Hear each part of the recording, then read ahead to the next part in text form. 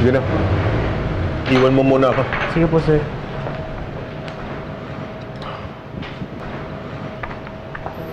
No, Tina! Kaya pa ba? Siyempre naman po, Ma'am Yoleng. Wala sa bokabularyo ko ang mapagod. Yan ang gusto ko Hindi sa'yo ako malulobat. Okay. Ayusin mo yan. Lahat yan, ha? Sige, Palinisan. Ma'am Yoleng, sino po siya? Siya si Cesar, asawa ni Johnny. Sandali lang, ha? Tatawagin ko muna si Johnny sa taas.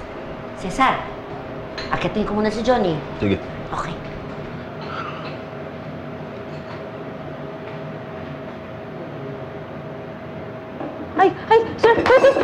Sir, wait lang po.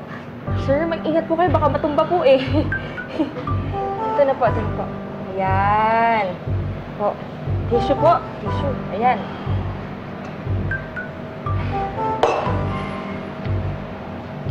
Tubig lang ng baso. Nasa harapan ko na. Hindi ko pa maabot. Sir, wag naman po kayo ma-bad vibes dyan.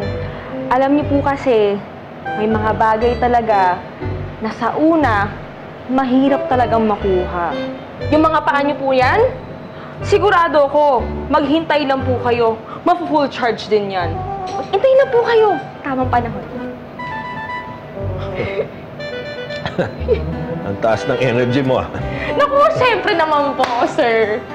Kailangan, gusto niyo po ba ng good vibes? Hahawakan ko po kayo ng good vibes ko. Sir Cesar, nararamdaman niyo na ba? Sir, ang aking good vibes. Tada! Nararamdaman niyo na, sir? Salamat. Sige. Salamat. Matagal ka naman nagtatrabaho rito? Ay, hindi po, sir. Bago lang po ako dito. Ako po pala si Tina. At your service.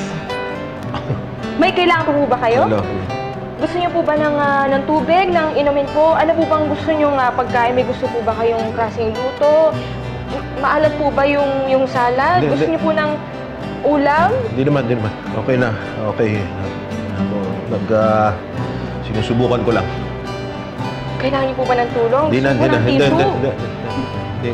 Okay na ako. Maraming salamat.